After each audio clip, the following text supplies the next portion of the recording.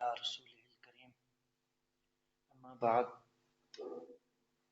فأعوذ بالله من الشيطان الرجيم بسم الله الرحمن الرحيم قال الله تبارك وتعالى يا أيها الذين آمنوا أوفوا بالعقود أحلت لكم بهيمة الأنعام إلا ما يتلى عليكم غير محل الصيد وأنتم حرم إن الله يحكم ما يريد صدق اللہ العظیم. یہ سورۃ المائدہ کا آج آغاز ہو رہا ہے اور اس میں اللہ تعالیٰ آغاز فرماتے ہیں ایمان والوں کو خطاب کرتے ہوئے یا ایھا الذین آمنوا، اے ایمان والوں. یعنی قرآن کے مطالب کو سمجھنے کے لیے اس کے خطاب کو اور متکلم کو سمجھنا ضروری ہوتا ہے. تو ایمان والوں سے خطاب اللہ تعالیٰ نے فرمایا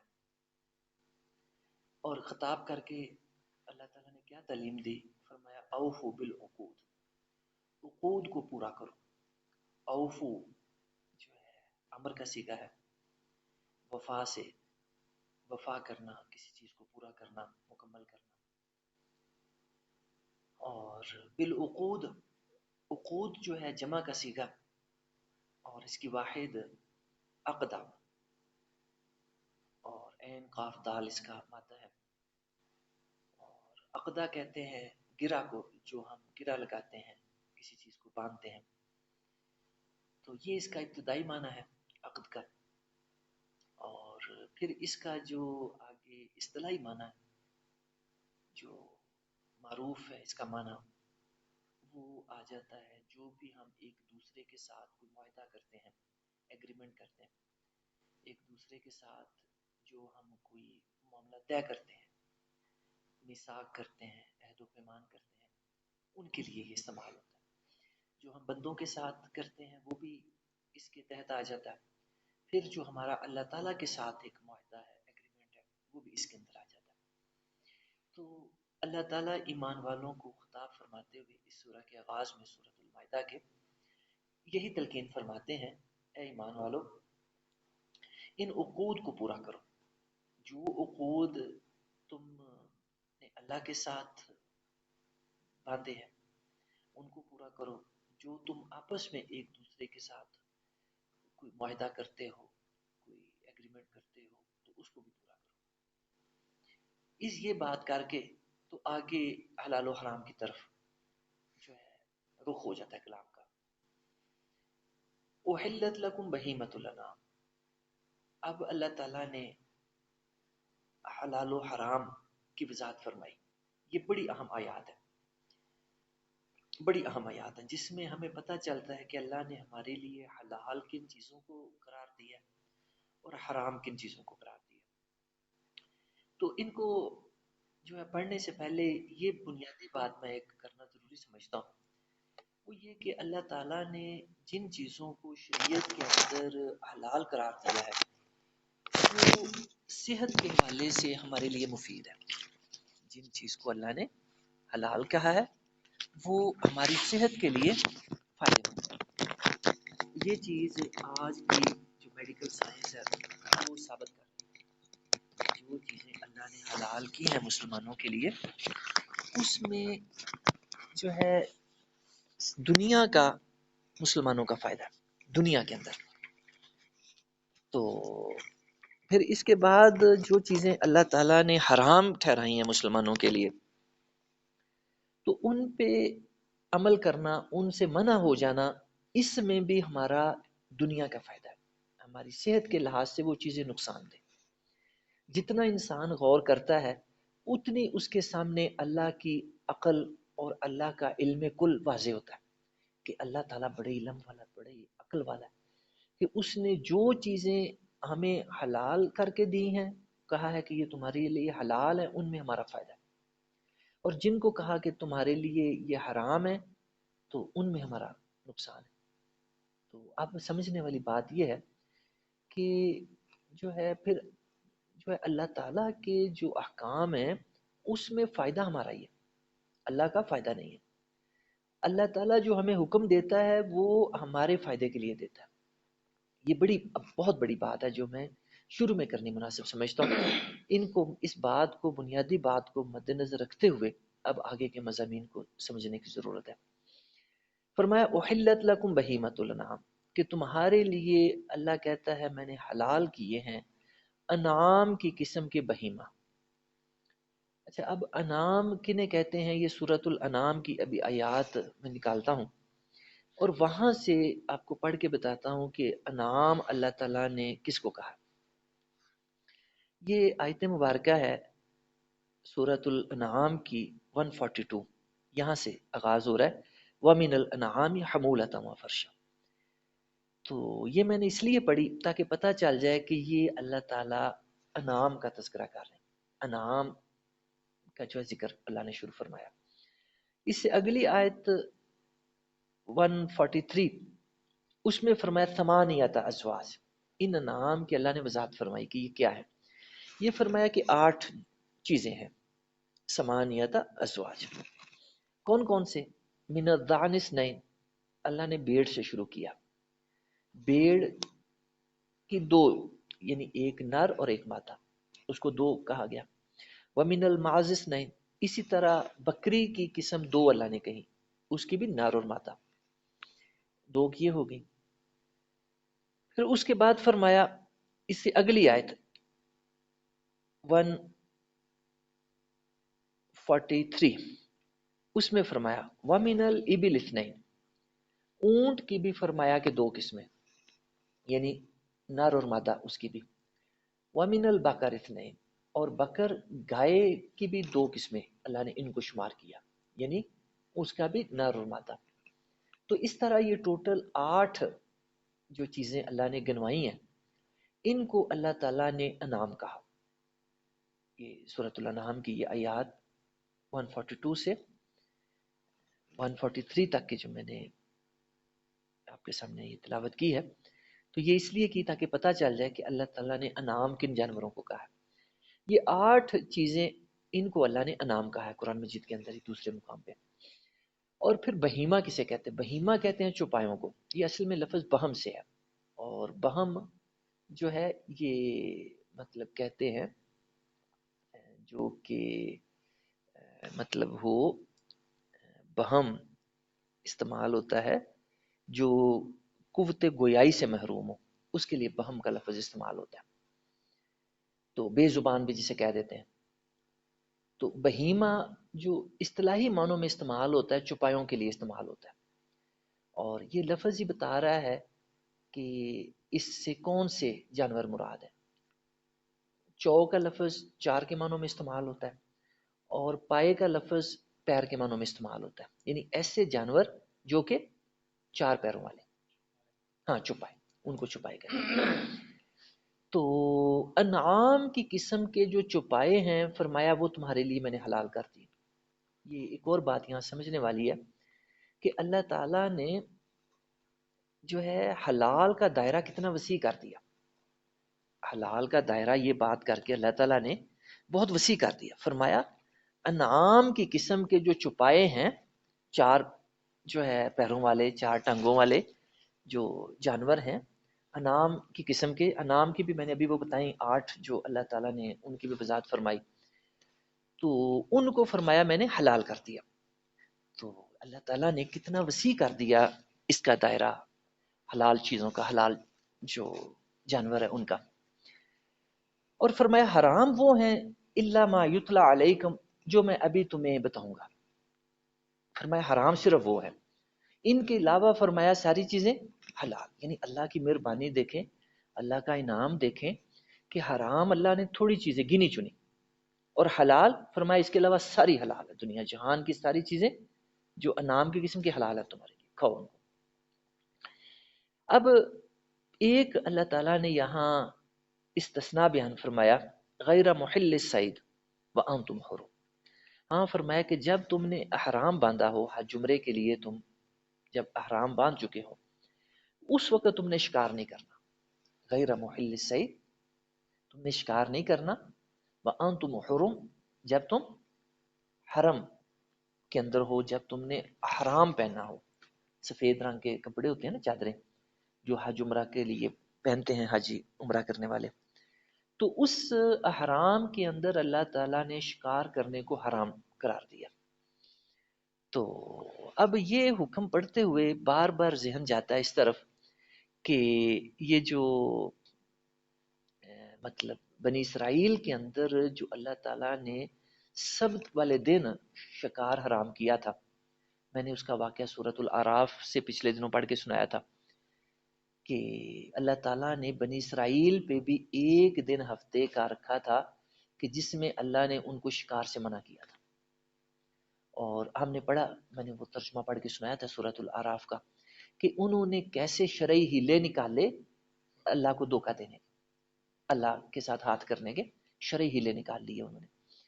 تو اب یہ جو ہمیں حکم اللہ دے رہا ہے، میں نے اسی لیے شروع میں اشارہ کر دیا تھا کہ خطاب کو سمجھنا بڑا ضروری ہے، خطاب پہ بڑی نظر رکھنی ہے کہ اللہ تعالیٰ خطاب کس سے کر رہا ہے، یا ایھا الذین آمنوا، اور خطاب کرنے والا متکلم کون ہے؟ اللہ تعالیٰ خود ہے.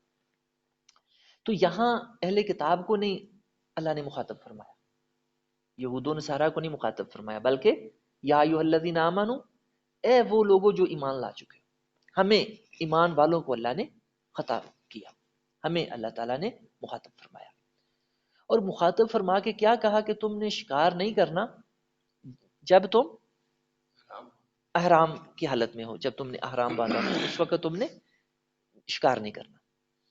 تو یہ وہی اہل کتاب کو جو اللہ نے سبت والے دن حکم دیا تھا نا، شکار سے منع کیا تھا، یہ مجھے اس سے بڑا مماثل لگتا ہے، اس سے بڑا ملتا جلتا یہ حکم لگتا ہے جو ہمیں دیا گیا. تو اس کے بعد آگے دیکھتے ہیں، ان اللہ یحکم ما یرید، فرمایا کہ یہ جو اللہ تعالیٰ تمہیں احکام دے رہا ہے نا، یہ جو تمہیں حلال و حرام اللہ تعالیٰ بتا رہا ہے، تو یہ اللہ ایسے ہی فضول میں بے مقصد نہیں بتا رہا، بلکہ یہ اللہ کا خاص ارادہ ہے، اللہ کی خاص مشیت ہے جس کے تحت اللہ بتا رہا ہے. اللہ جس بھی چیز کو حلال کہتا ہے وہ بے مقصد نہیں ہوتی، اس میں تمہارا فائدہ ہوتا ہے. جس چیز کو اللہ حرام ٹھہراتا ہے وہ بھی بے مقصد نہیں ہوتی، بلکہ تمہارا نقصان ہوتا ہے اس چیز کے اندر. یا ایھا الذین آمنوا لا تحلوا شعائر اللہ، اے ایمان والو اللہ کے شعائر کو حلال نہ کرو. بہت بڑا حکم ہے. یہاں بھی دوسری آیت ہے یہ سورۃ المائدہ کی، یہ چیز دیکھنے والی ہے کہ مخاطب یہاں پہ کون ہے؟ یا ایھا الذین آمنوا، وہی مخاطب جو کہ پہلی آیت کے مخاطب، ہم ایمان والے. اور خطاب کرنے والا کون ہے؟ اللہ تعالیٰ. اللہ تعالیٰ کیا کہتا ہے؟ لا تحلوا، تم حلال نہ کرنا شاعر اللہ، اللہ کے شاعر کو. تو یہ بھی بڑی بات ہے جو اللہ نے فرمائی ہے. شاعر اصل میں شعیرہ کی جمع ہے، شاعر جمع کا سیدھا، اس کی واحد شعیرہ. شعیرہ کہتے ہیں علامت کو اور سمبل کو، اور جو ہے کسی نشانی کو جو کسی اور چیز کو واضح کر رہی ہو، کسی اور چیز کی طرف اشارہ کر رہی ہو. جس طرح میں قرآن مجید سے سورۃ البقرہ سے آیت پڑھتا ہوں جس میں اللہ نے فرمایا ان الصفا والمروۃ من شعائر اللہ. صفا اور مروہ اللہ کہتا ہے میری شاعر ہے. صفا اور مروہ پہاڑیاں نا مکہ مکرمہ میں، جہاں حاجی اور عمرہ کرنے والے جا کے جو ہے صحیح کرتے ہیں. یہاں جا کے وہ جو ہے دونوں پہاڑیوں کے درمیان، ہاں وہ جو ہے نا چکر لگاتے ہیں. تو اس کو اللہ تعالیٰ نے اپنی شاعر کہا. کن کو؟ صفا کو بھی اور مروہ، حالانکہ ہیں تو وہ دو پہاڑیاں. تو اللہ کے شاعر وہ کیسے بن گئے؟ وہ اللہ کے شاعر اس طرح سے بن گئے کہ وہ ایک واقعے کی طرف اشارہ کر رہی. اللہ کی بندی حضرت ہاجرہ رضی اللہ تعالی عنہ، انہوں نے اپنے بیٹے اسماعیل علیہ السلام کو جب دیکھا کہ بیٹا میرا پیاس سے بھوک سے ایڑیاں رگڑ رہا ہے، تو ماں سے رہا نہیں گیا. ماں کبھی صفا پہ چڑھتی ہے، کبھی مروہ پہ چڑھتی ہے کہ کوئی بندہ بشر نظر آئے، کوئی مجھے جو ہے چیز نظر آئے کہ میں اپنے بچے کو کوئی پانی، کوئی کھانے کے لیے کچھ دوں کہیں سے. تو بچے کی بری حالت، کوئی بندہ بشر نہیں، بالکل ریگستان. اور ابراہیم علیہ السلام اللہ کے حکم سے چھوڑ گئے اپنی بیوی کو اور چھوٹے جو دودھ پیتے بچے کو وہاں پہ اسماعیل علیہ السلام کو. اور یہی اسماعیل علیہ السلام ہمارے پیارے نبی صلی اللہ علیہ وسلم کے جد امجد ہیں، آپ انہی کی پھر اولاد میں پیدا ہو. اور پھر انشاءاللہ تعالی جب کبھی کوئی مناسب موقع آئے گا تو میں اس کی وضاحت کروں گا کہ جو ہے پھر وہاں پہ کیا صورتحال بنی کہ جو بے آب و گیا جگہ تھی. انشاءاللہ تعالی قرآن میں ان کا بھی تذکرہ آتا ہے، تو میں پھر وہاں ان کی وضاحت کروں گا کہ اصل میں کیا ہوا پھر. تو ابھی صرف جو ہمارا مضمون ہے اس کی مناسبت سے صرف اتنا بتانا مقصد ہے کہ وہ جو اللہ کی بندی حضرت ہاجرہ تھیں، وہ ان پہاڑیوں صفا اور مروہ کے درمیان دوڑتی ہیں، کبھی تیز دوڑتی ہیں کبھی آہستہ دوڑتی ہیں، تو بیٹے کی خاطر. پھر آخر اللہ تعالیٰ کے حکم سے بیٹا جہاں ایڑیاں رگڑ رہا ہوتا ہے وہاں سے اللہ تعالیٰ پانی کا چشمہ جاری کر دیتا ہے، اور وہ پانی کا چشمہ آج بھی پوری دنیا اس سے مستفید ہو رہی ہے. فرمایا کہ یہ ایسا پانی کہ جو ہے اس کو تم بھوک میں کے لیے پیو تو یہ بھوک مٹا دیتا ہے، پیاس میں پیو تو پیاس مٹا دیتا ہے، کسی بیماری میں پیو تو یہ اس بیماری سے شفا دے دیتا ہے. اتنی برکت والا، اتنی برکت والا. تو وہ پانی جاری ہو گیا اور یہ ان کی برکت سے اللہ تعالیٰ نے ان کو ذریعہ بنایا. پھر یہ جو حضرت حاجرہ رضی اللہ تعالیٰ عنہ، انہوں نے جب دیکھا کہ پانی جو بہنا شروع ہو گیا تو انہوں نے چھوٹی چھوٹی دیوار بنا دی اور ساتھ کہا زمزم. زمزم کا لفظی مطلب ہے رک جا، رک جا، ٹھہر جا، ٹھہر جا. ہاں، تو پھر اسی سے اس کا نام ہی یہ پڑ گیا، زمزم پڑ گیا. ہاں، تو جو ہے یہ مطلب جو پھر بذات خود یہ جو زمزم کا چشمہ تھا یہ بھی شاعرہ بن گیا، اللہ کے شاعر میں سے یہ بھی بن گیا. پھر بیت اللہ یہ بھی اللہ کے شاعر میں سے ہے، حجر اسود اللہ کے شاعر میں سے ہے. اسی طرح جو ہے مقام ابراہیم یہ بھی اللہ کے شاعر میں سے ہے، مساجد اللہ کے شاعر میں سے ہے. یعنی جو بھی چیز ہمیں اللہ تعالیٰ کی کسی جو ہے حکم کی، اللہ کی کسی جو ہے مطلب واقعے کی یاد دلائے اس کو شاعرہ کہتے ہیں. تو اللہ نے فرمایا کہ تم میرے شاعر کو حلال نہ کرو، یعنی ان کی حرمت قائم کرو، ان کا ادب کرو، ان کا احترام کرو. اب یہ جو حلال و حرام کے الفاظ ہیں یہ عربی میں ان کا معنی کسی اور طرح سے لیا جاتا ہے اور ہماری زبان میں ان کا معنی کسی اور طرح سے لیا جاتا ہے. تو ایک میرے ذہن میں جو ہے نا لطیفہ آ رہا ہے اسی پہلو سے. ایک ہمارے یہاں سے عورت گئی خانہ کعبہ جو ہے حج یا عمرہ کرنے کے لیے، تو وہاں جا کے اس نے نہ کوئی ایسا کام کیا جس سے وہاں حجر اسود کی نہ کوئی بے حرمتی ہو رہی تھی.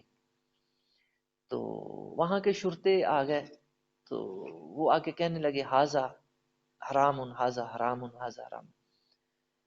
تو اب یہ عربی نہیں جانتی تھی، پاکستان سے ان علاقوں سے گئی تھی. تو یہ جو ہمارے ادھر حرام کا مطلب ہے یعنی ہم بری چیز کو حرام کہتے ہیں، جس چیز کو ہم سمجھتے ہیں کہ یہ چیز ٹھیک ہے اس کو کہتے ہیں حرام. حرام یعنی خراب چیز، جو اچھی چیز نہیں اس کو. تو عربی میں اس کا مطلب ہوتا ہے کہ یہ حرمت والی چیز ہے، یہ احترام والی چیز ہے، عربی میں اس کا یہ مطلب. اب وہ عورت کہتی ہے کہ اچھا یہ اگر حرام ہے تو پھر یہاں کیوں، اس کو نکالو پھر یہاں سے. یعنی اس کے نزدیک اس کا معنی الٹ تھا، تو وہ جو ہے اس کا معنی دوسرا کر رہے تھے.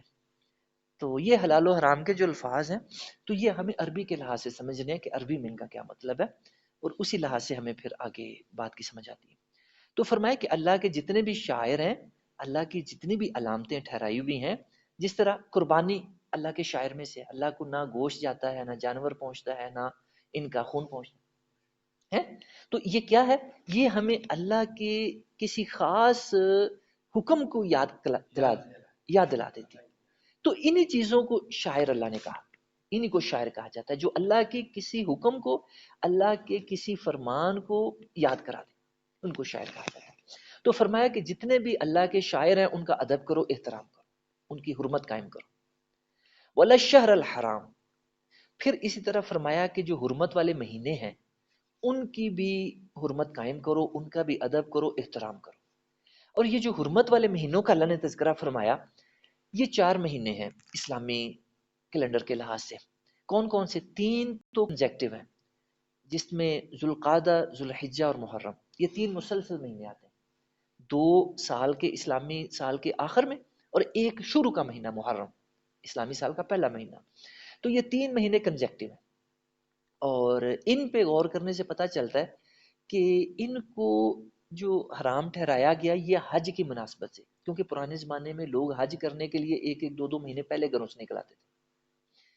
تو اب حرمت ان چاروں مہینوں کی اسلام سے پہلے عرب کے اندر قائم تھی.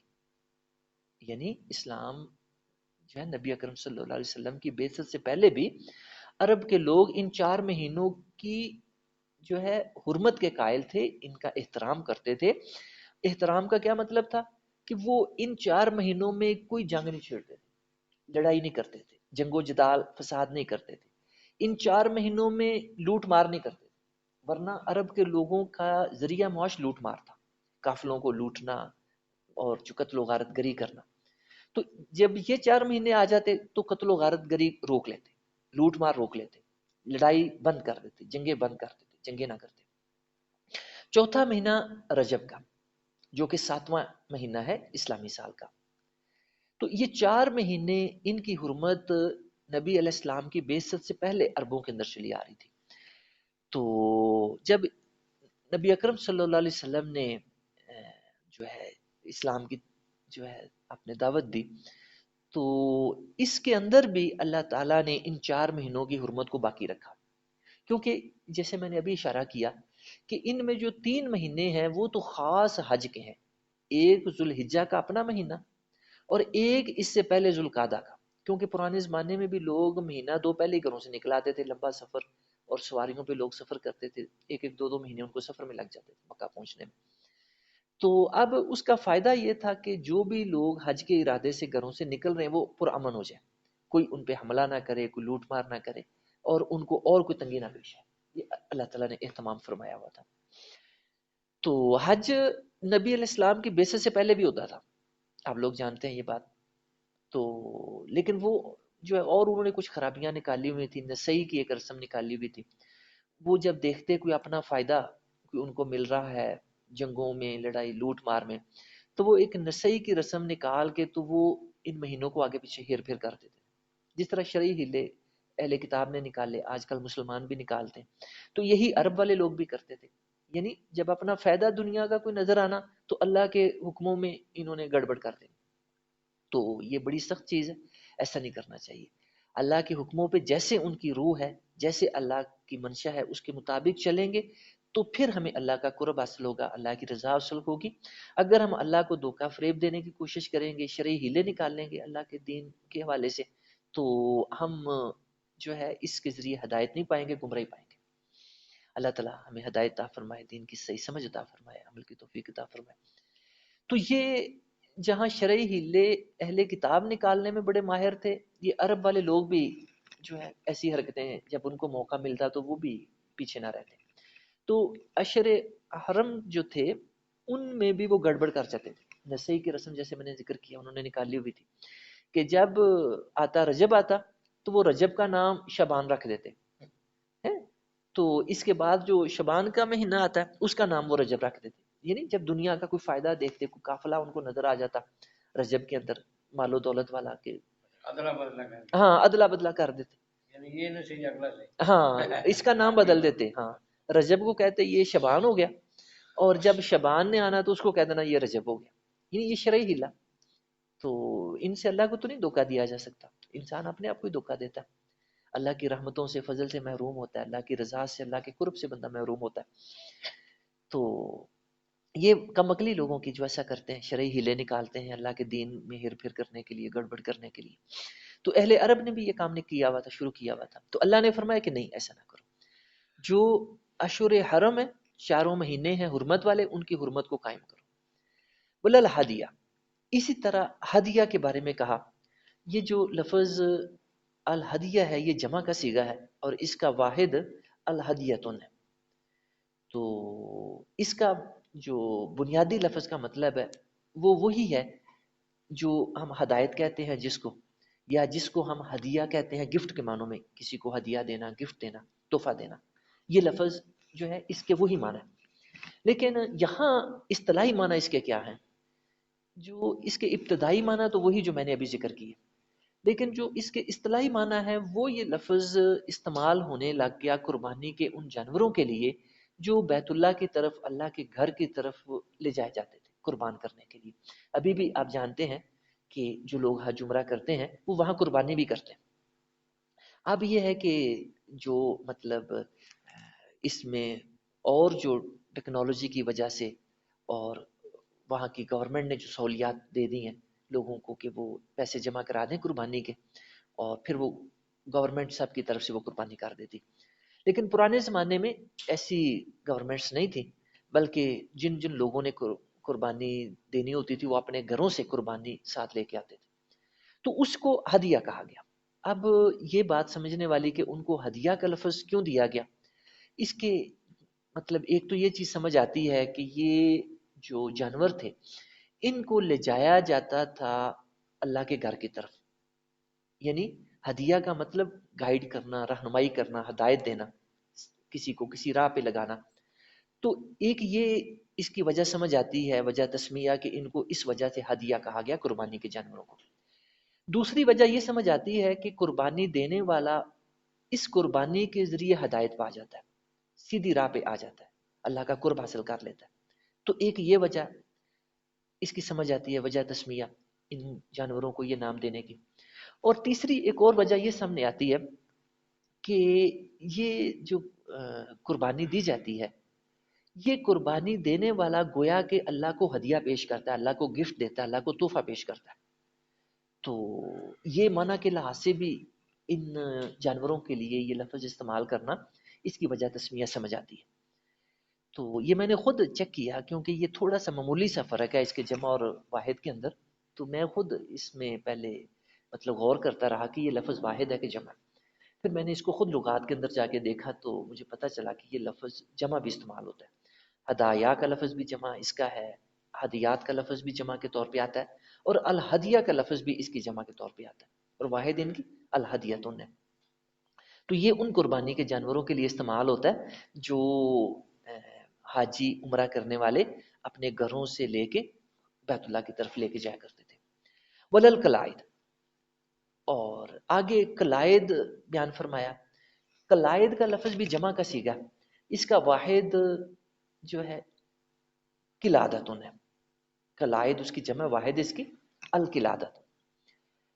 اور قلادہ کاف کی جو ہے جر کے ساتھ یہ استعمال ہوتا ہے آج کل جدید عربی کے اندر، جس کو نیکلس کہا جاتا ہے، یعنی گلے کے اندر جو لوگ لاکٹ ڈال لیتے ہیں، ہار ڈال لیتے ہیں، اس کو بھی قلادہ کہا جاتا ہے۔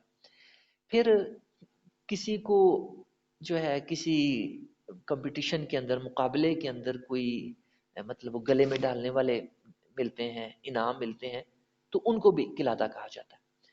پھر اس کا تیسرا معنی قلادہ کا جو جانوروں کے گلے میں رسی ڈالی جاتی ہے اس کو بھی قلادہ کہتے ہیں۔ تو اس کی جو روٹ ہے اس لفظ کی کاف لام دال ہے، تو یہ جو روٹ ہے کاف لام دال کی، یہ اس رسی کے لیے استعمال ہوتی تھی عرب میں جس کو رسی کو بل دے کے تو موٹا کیا جاتا تھا، موٹی رسی بنایا جاتا تھا کسی داغوں کو بل دے کے یا کسی ایسی چیز کو بل دے کے، تو یعنی بٹی ہوئی رسی کے لیے یہ بنیادی طور پہ لفظ استعمال ہوتا تھا۔ تو اب اس زمانے میں لوگوں نے کیا کرنا کہ جب قربانی کے جانور گھروں سے لے کے جانے بیت اللہ کی طرف، تو اس کے گلے میں انہوں نے ایسی رسی بٹ کے اس کو بل دے کے تو ڈال لینی، جو کہ پہچان ہو جاتی، علامت بن جاتی کہ یہ جانور قربانی کے لیے جا رہے ہیں اللہ کے گھر کی طرف۔ تو کوئی پھر ان پہ حملہ نہیں کرتا تھا، کوئی ان کو نقصان نہیں پہنچاتا تھا، کیونکہ اللہ کے گھر کی حرمت اور اللہ کے گھر کے ساتھ جن چیزوں کی نسبت تھی، ان کی حرمت عرب کے اندر بڑی قائم ہو چکی تھی۔ اور اس کی بھی کچھ میں نے پہلے بھی اس کی طرف اشارہ کیا ہوا، میں ابھی بھی کچھ اس کی طرف اشارہ کر دیتا ہوں کہ آخر عرب کے لوگ اللہ کے گھر کی اتنی حرمت اور اتنی عزت کیوں کرتے تھے، اور جس چیز کی نسبت بھی اللہ کے گھر کے ساتھ ہو جاتی تھی عرب کے لوگ اس کی اتنی عزت کیوں کرتے تھے، حالانکہ وہ قوم آپ جانتے ہیں کہ اس وقت کیا حال تھا جہالت کا، اور بے دینی کا کیا حال تھا. لیکن اس کے باوجود بھی عرب کے لوگ اللہ کے گھر کی عزت، اللہ کے گھر کا احترام، اور جو چیز بھی اللہ کے گھر کی طرف نسبت ہو جاتی اس کا احترام کیوں کرتے تھے؟ اس کی ایک تو یہ چیز سامنے رکھنی چاہیے کہ جو نبی علیہ السلام کی جو ہے نا پیدائش کا سال تھا، اس سال ایک واقعہ پیش آیا تھا اصحاب الفیل کا. یہ وہی جو سورۃ الفیل ہم پڑھتے ہیں. تو یہ اصحاب الفیل کا واقعہ نبی علیہ السلام کی ولادت والے سال ہی پیش آیا تھا، اور آپ کی ولادت سے پہلے پیش آ چکا تھا. اس میں عرب کے لوگوں نے دیکھا کہ کیسے اتنا بڑا لشکر، عرب کی تاریخ کا پہلی دفعہ عربوں نے ہاتھی دیکھے. اس سے پہلے عرب کے لوگوں نے ہاتھی نہیں دیکھے تھے. اور پھر ہاتھی بھی لشکر کے اندر شامل ہو کے لڑائی کے لیے آئیں، یہ عرب کی تاریخ کا پہلا واقعہ تھا. تو اتنے ہاتھی ابرہا لے کے آیا، عیسائی تھا، یہ حاکم تھا عیسائی. تو اب جو ہے اتنے بڑے لشکر کا مقابلہ عرب کے لوگ خود نہیں کر سکتے تھے. ان کے پاس اتنے ہتھیار بھی نہیں تھے، اور جو ہے اتنی ان کے پاس نفری بھی نہیں تھی کہ اتنے بڑے لشکر کا مقابلہ کر سکتے. تو لہٰذا انہوں نے جو حکمت عملی اپنائی، یہ کوئی جو مناسب جگہ ان کو اونچی نظر آئیں، وہاں جا کے یہ مورچے بنا کے تو بیٹھ گئے کہ چلو جو ہم سے یہاں سے ہو سکے گا ہم کریں گے. تو پھر جب اتنے بڑے لشکر نے اللہ کے گھر کو ڈھانے کی کوشش کی، تو دنیا نے کیا دیکھا کہ اللہ نے ابابیل، چھوٹے چھوٹے پرندے اوپر سے بھیجے، جو اپنے چونچوں کے اندر اپنے جو ہے جو ان کے تھے پنجے تھے، اس کے اندر چھوٹی چھوٹی کنکریاں سنگے گل کی، پکی ہوئی مٹی کی کنکروں کی، وہ اٹھا کے تو وہ اوپر سے جب وہ پھینکے، جس ہاتھی پہ آ کے وہ کنکری چھوٹی سی پڑے، اور جس وہ ابرہا کی فوجی کے اوپر، اس کے سپاہی کے اوپر آ کے وہ کنکری پڑے، وہ تو ایسے ہو جائے جیسے کھایا ہوا بوس ہوتا ہے. کسی نے کسی چیز کو کھا کے بھوسا نہیں بنا دیا ہوتا، ملیا میٹ ان کو کر دیا. تو اللہ کی مدد جب عرب کے لوگوں نے یہ دیکھی، اپنے گھر کی اللہ نے جیسے حفاظت کی، ان کا تو یقین پکا ہو گیا کہ یہ جو بیت اللہ ہے یہ واقعی اللہ کا گھر ہے اور اللہ ہے. ان کو اللہ کی ذات کا یقین آ گیا کہ اللہ ہے، اور یہ جو گھر بیت اللہ کا ہے یہ واقعی اللہ کا گھر ہے، کوئی عام چیز نہیں ہے. اتنے بڑے لشکر کو اللہ نے کیسے اپنی جو ہے چھوٹی سی اپنی مخلوق بھیج کے کیسے تباہ کیا، کیسے ہلاک کیا. تو یہ وجہ تھی کہ عرب کے لوگ جتنے بھی جاہل تھے، جتنے بھی ان پڑھ تھے، جتنے بھی گئے گزرے تھے، ان کے ہاں اللہ کے گھر کی بڑی حرمت تھی، بڑا ادب تھا، اور ان کو بڑا یقین تھا کہ یہ اللہ کا گھر ہے. پھر اللہ کے گھر کے ساتھ جس کی بھی نسبت ہو جاتی تھی وہ اس کا بڑا ادب کرتے. قریش والے جتنے بھی گئے گزرے تھے، قریش والے انہوں نے 360 کے قریب بت خانہ کعبہ میں جمع کر دی.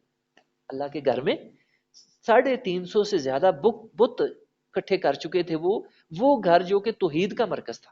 ابراہیم علیہ السلام سے بڑا توحید پرست کوئی نہیں تھا.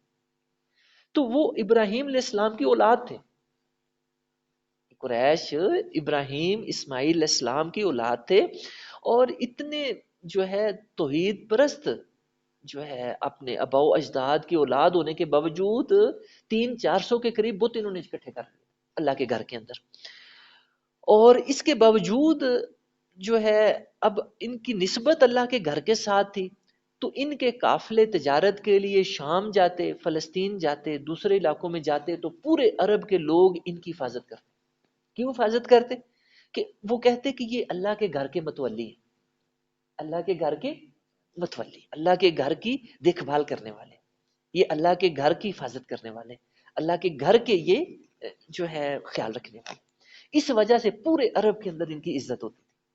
باقی قافلے لوٹے جاتے تھے، کسی اور قبیلے کے قافلے ہوتے، کسی اور علاقے کے قافلے ہوتے، ان کو ڈاکو چور لوٹ لیتے. لیکن جب قریش کا قافلہ جاتا تو پورے عرب کے لوگ پرے ہو جاتے، بلکہ ان کی حفاظت کے لیے آ جاتے. اپنے وہ جوان بیچتے کہ یہ اللہ کے گھر کے جو متولی ہیں، جو خیال رکھنے والے ہیں، یہ ان کا قافلہ، ان کی حفاظت کرو، ان کو اپنے علاقے، ہاں ان کو اپنے علاقے سے بخیر و عافیت نکالو، کہ کہیں ان کو ہم نے کچھ کر دیا تو ہم پہ اللہ کا عذاب نہ آ جائے. اتنا ڈرتے تھے، اتنا ان کو جو ہے اللہ کے گھر کی اور اللہ کے گھر کے ساتھ جن چیزوں کی نسبت تھی، اتنا ان کے اندر اس کا احترام آ چکا تھا. تو میں انشاءاللہ تعالیٰ اور مقامات پہ اس کی وضاحت کروں گا کہ یہ ان کو اللہ تعالیٰ نے اللہ کے گھر کی وجہ سے یہ عزت دی، یہ شرف دیا. اور یہی وجہ ہے کہ جب تک مکہ فتح نہیں نہ ہوا، عرب کے لوگ مسلمان نہیں ہوئے. بڑے جو ہے تعداد تھوڑی تھی مسلمان ہونے والے لوگوں کی. جو ہی مکہ فتح ہوا سن 8 ہجری میں، تو اللہ تعالیٰ نے سورۃ النصر نازل فرمائی، اذا جاء نصر اللہ والفتح. پورا عرب یہ دیکھ رہا تھا کہ اللہ کا گھر بیت اللہ کس کے پاس ہے. جب تک قریش کے پاس تھا، عرب کے لوگ مسلمان نہیں ہوئے.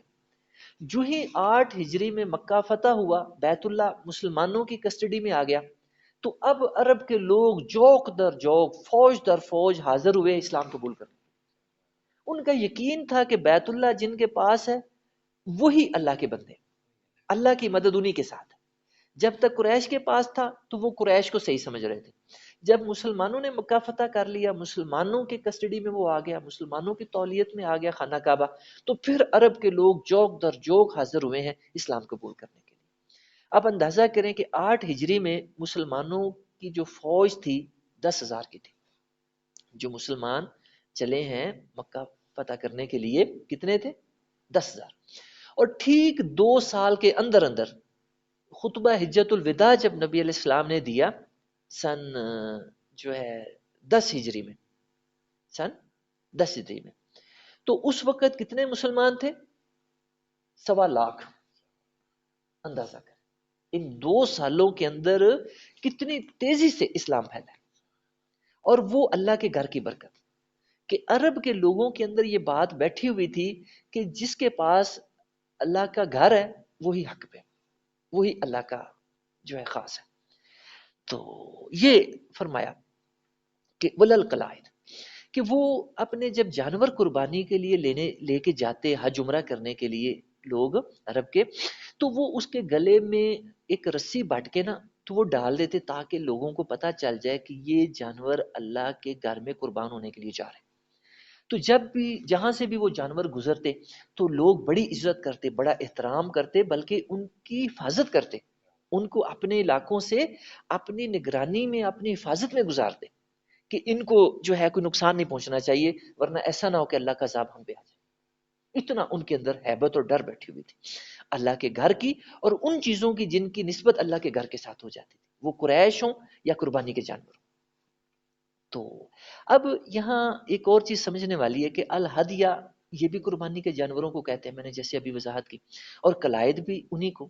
تو یہ دونوں بار بار کیوں لفظ ایک ہی چیز کے لیے اللہ نے استعمال فرمائے؟ تو یہ اسلوب ہے قرآن کا جس کو ہم کہتے ہیں خاص کا ذکر کرنا عام کے بعد، یعنی ذکر الخاص بعد العام. کہ پہلے جو ہدیہ کا لفظ ہے یہ عام ہر قربانی کے جانور کے لیے، خواہ اس کے گلے میں بٹی ہوئی رسی پڑی ہو یا نہ پڑی ہو. اور اس کے بعد جو اللہ تعالیٰ نے خاص طور پہ یہ جن کے گلوں میں علامت کے طور پہ رسی ڈال دی جاتی، اس کا ذکر فرمایا کہ خواہ یہ پٹے والے جانور ہوں جن کے گلے میں رسی ڈالی گئی ہو یا اس کے بغیر ہوں، دونوں کا اللہ نے تذکرہ فرما دیا. تو یہ خاص کا ذکر ہے عام کے بعد. یہ اسلوب قرآن مجید میں ہمیں اور بھی مقامات پہ ملتا ہے، میں انشاءاللہ تعالی وہاں بھی اس کے اشارات کروں گا. ولا آمین البیت الحرام، پھر فرمایا کہ وہ لوگ جو قصد کر کے اللہ کے گھر کی طرف آ رہے ہیں حج کرنے کے لیے، عمرہ کرنے کے لیے، فرمایا ان کا بھی ادب کرو، ان کا بھی احترام کرو. یبتغون فضلا من ربهم رضوانا، اور ان کی تلاش ان کو کس چیز کی ہے؟ اللہ کا فضل اور اللہ کی رضا کی. جو حاجی حج کرنے آتے ہیں یا عمرہ کرنے والے عمرہ کرنے آتے ہیں تو ان کا کیا مقصد ہوتا ہے؟ اللہ کا فضل حاصل کرنا اور اللہ کی رضا حاصل کرنا. فرمایا کہ وہ بھی اس مقصد کے لیے گھروں سے نکل کے میری طرف آتے ہیں تو تم نے ان کا بھی ادب کرنا ہے، ان کا بھی احترام کرنا ہے، ان کو بھی کوئی نقصان نہیں پہنچنا چاہیے. دیکھو اللہ کیسے حکم دے، اپنے جو ہے طرف کوشش کرنے والوں کی اللہ کیسے حفاظت کر رہا ہے اور ان کو کیسے اللہ تعالیٰ جو ہے احترام ان کا قائم کر رہا ہے کہ جو جانور آئے میرے گھر کی طرف ان کا بھی ادب کرنا ہے، تم نے ان کا بھی احترام کرنا ہے، اور جو لوگ میرے گھر کا طواف کرنے کے لیے حج عمرہ کرنے کے لیے آئے تم نے ان کا بھی احترام کرنا ہے، ان کو بھی نقصان نہیں پہنچنا چاہیے رستوں کے اندر. ورنہ اگر اللہ کے حکموں کو نہیں خیال کرو گے تو پھر اللہ ہے پکڑنے والا ہے، اللہ کی ذات پھر وہ بڑی سخت سزا دینے والا ہے۔ وَإِذَا حَلَلْتُمْ فَاصْطَادُوا، ہاں وہی بات جس کا شروع میں ذکر فرمایا تھا کہ اے مسلمانوں جب تم احرام باندھ لو حج عمرہ کے لیے تو شکار نہیں کرنا، میں نے اس کی وضاحت کی شروع میں بھی، تو وہی بات اللہ تعالیٰ نے اب فرمایا کہ وَإِذَا حَلَلْتُمْ، جب تم حج عمرہ کر لو، احرام اتار دو، فَاصْطَادُوا، فرمایا اب تم شکار کر سکتے، اب تمہیں شکار کرنے کی اجازت ہے۔ اور جو ہے میرے ذہن میں وہ بات بار بار آتی ہے کہ جس طرح بنی اسرائیل کو آزمایا گیا تھا کہ جس دن منع کیا تھا سبت والے دن، اس دن تو شکار جو ہے بہت زیادہ، مچھلیاں اوبر اوبر کے سامنے آنی، باقی دنوں میں پتہ ہی نہ چلنا مچھلیاں کہاں گئی ہیں، کہاں غائب ہو گئیں۔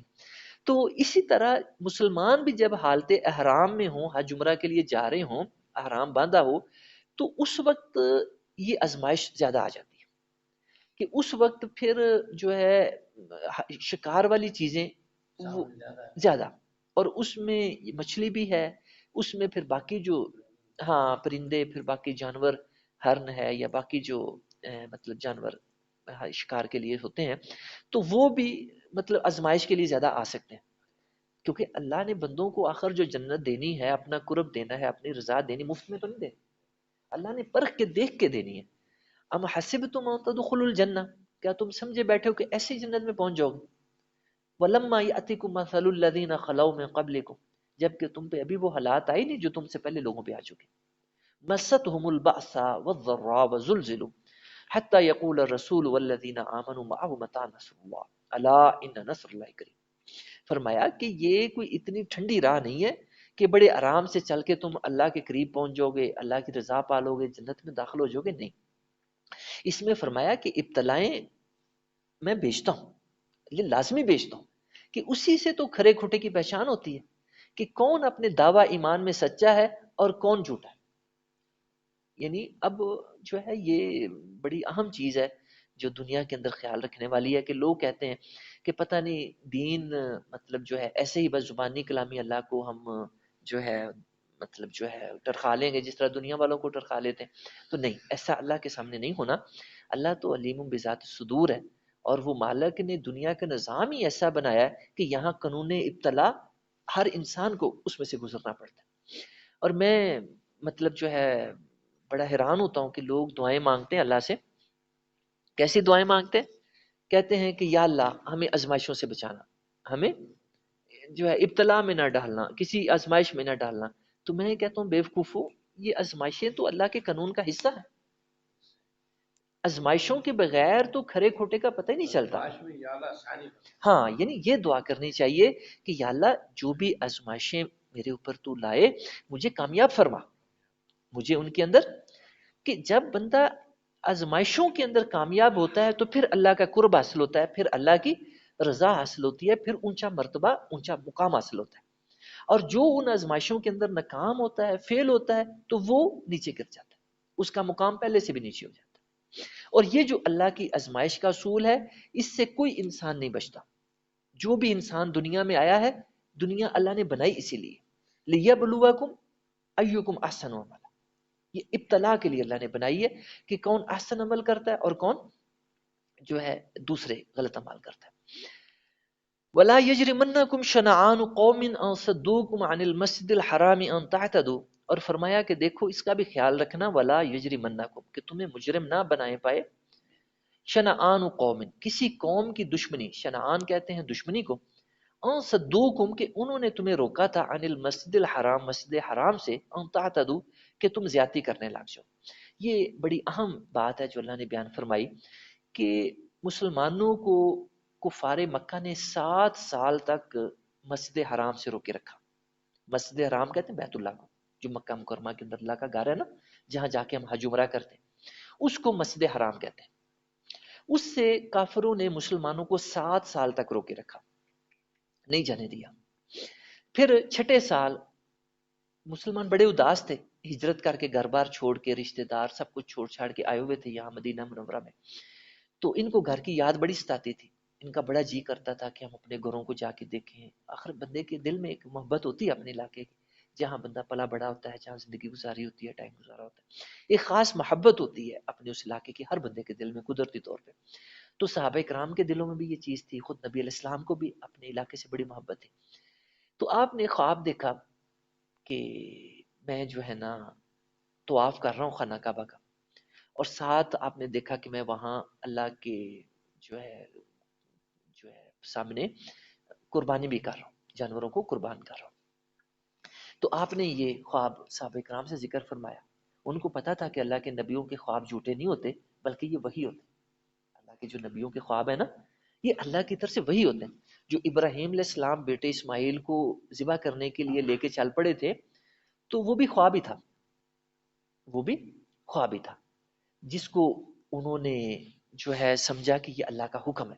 اور وہ اسی طرح تھا، کیونکہ نبیوں کے جو خواب ہے اللہ کا حکم ہوتے ہیں. تو آپ کو بھی خواب آیا تو آپ نے بیان فرمایا صحابہ کرام سے، تو وہ تو بڑے خوش ہوئے کہ یہ تو آپ کا جو ہے نا وہ وہی ہے، اور اب ہم واقعی طواف کریں گے اور عمرہ کریں گے، ساتھ اپنے علاقے کو دیکھیں گے. تو کوئی تقریباً 1400 کے قریب جو مسلمان تھے وہ تیار ہو گئے آپ کے ساتھ عمرہ کرنے کے لیے، اپنے علاقے کو دیکھنے کے لیے. تو رستے میں گئے اور جو ہے آپ نے پورا انتظام کیا کہ کفار کو ہر طرح سے جو ہے آپ نے یہ یقین دلانے کی کوشش کی کہ ہم لوگ صرف عمرہ کرنے کے لیے آ رہے ہیں اور ہمارا لڑائی کا، جنگ کا کوئی ارادہ نہیں ہے.